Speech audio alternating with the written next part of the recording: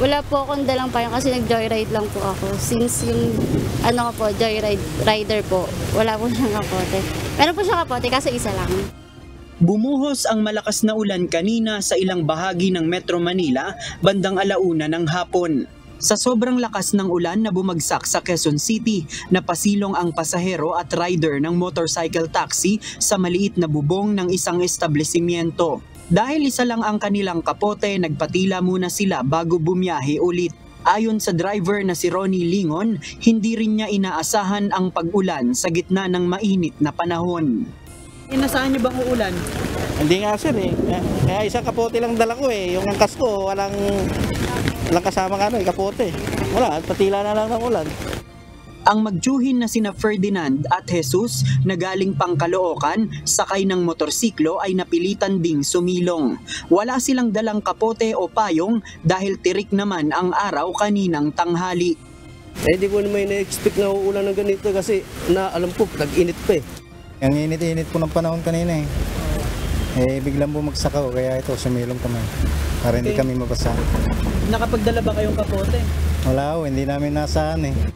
Ngunit ang empleyadong si Genesis, hindi na kinailangang sumilong kahit malakas ang ulan. Lagi din daw naman siyang may dalang payong pananggalang sa matinding sikat ng araw. Malakas din eh. Hindi ninasahan. Buti may dala kayong payong. Palagi na po akong dadadala kasi mainit nga eh.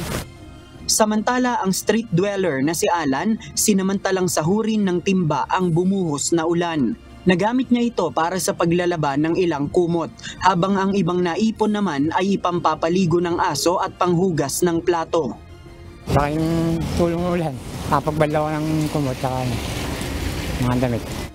Ayon sa Pag-asa, ngayong kalagitnaan ng buwan ng Mayo ay magsisimula na ang mahihina hanggang sa malakas na pag-ulan na may kasamang pagkulog at pagkidlat lalo na sa hapon at gabi. Kahit tag-init po tayo ngayon, pero nasa buwan na po tayo ng Mayo. So after po na mid-May, yan na po yung kumbaga parang transition period na po natin, papunta po tayo dun sa tag-ulan.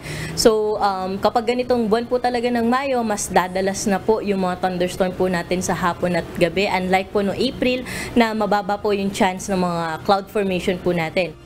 Dahil sa mga pag-ulan, maaaring lalamig na rin ang temperatura at mababawasan na ang heat index na epekto ng matinding sikat ng araw.